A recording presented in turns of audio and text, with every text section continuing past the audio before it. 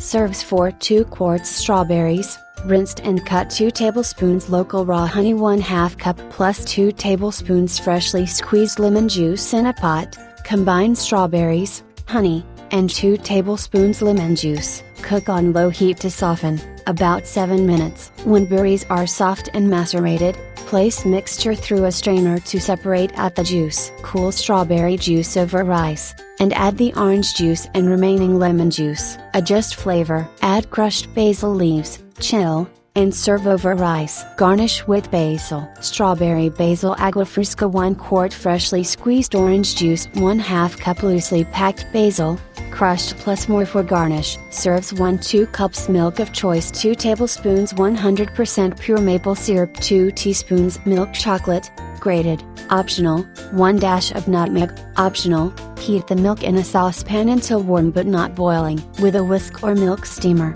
froth the milk. Stir in the maple syrup. Pour the milk into mugs and sprinkle with grated chocolate or nutmeg, if desired. Warm maple milk. 56.